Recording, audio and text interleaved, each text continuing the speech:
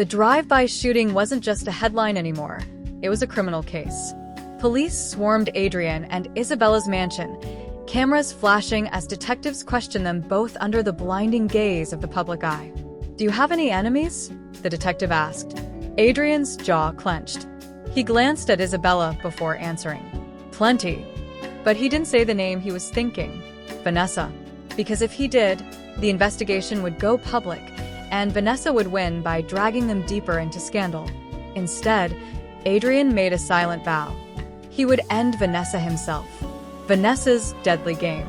Meanwhile, Vanessa was in a luxury suite across the city, sipping champagne, watching the news footage of Adrian's mansion. A dark smile curved across her lips. "You should have chosen me," she whispered at the TV. Her assistant, young, nervous, loyal to a fault, shifted uneasily. "Vanessa, the police are saying they're investigating. What if it comes back to?" Vanessa silenced him with a glare sharp enough to cut glass. "It won't. I don't get caught. Adrian will know it was me, but he can't prove it.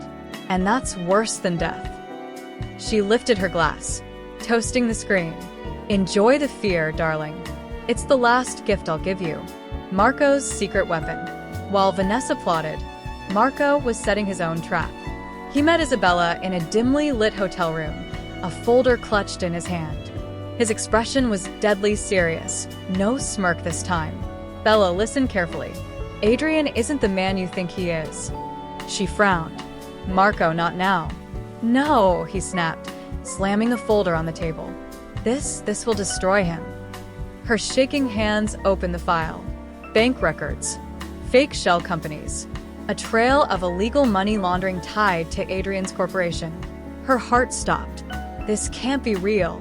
"It's very real," Marco whispered, leaning closer. "And if it goes public, Adrian loses everything. His company, his freedom, his name. You still want to fight for him?" Isabella's chest tightened. Because she did. God help her. She still loved Adrian. But now the truth threatened to tear them apart worse than any affair ever could. The betrayal inside. Back at the mansion, Adrian was planning his next move when his most trusted business partner, Richard, stormed in. "You didn't tell me about the money trail," Richard hissed. "The feds are circling. If this leaks, we're both finished." Adrian's fists curled. "I'll handle it." "No, Adrian," Richard said ice cold. "You've lost control. Between Isabella, Vanessa, and Marco, you're finished. Unless..." Adrian narrowed his eyes. "Unless what?" Richard leaned in, voice low and venomous. "Unless Isabella disappears." For a moment, silence. Pure, heavy silence. Then Adrian grabbed him by the collar, fury blazing in his eyes. "If you ever say her name like that again, I'll bury you myself." But inside, Adrian's heart twisted with fear. Because Richard wasn't bluffing. And Adrian knew the storm was closing in from all sides. The breaking point. That night, Isabella confronted Adrian with Marco's folder. "Tell me it's not true," she pleaded, tears spilling down her cheeks. "Tell me you're not dirty. That all this isn't a lie." Adrian stared at the papers, rage burning in his chest. "Marco gave you this?" "Answer me," she cried. He grabbed her wrists, his voice raw. "Yes, Isabella. I made mistakes. I did things I'm not proud of.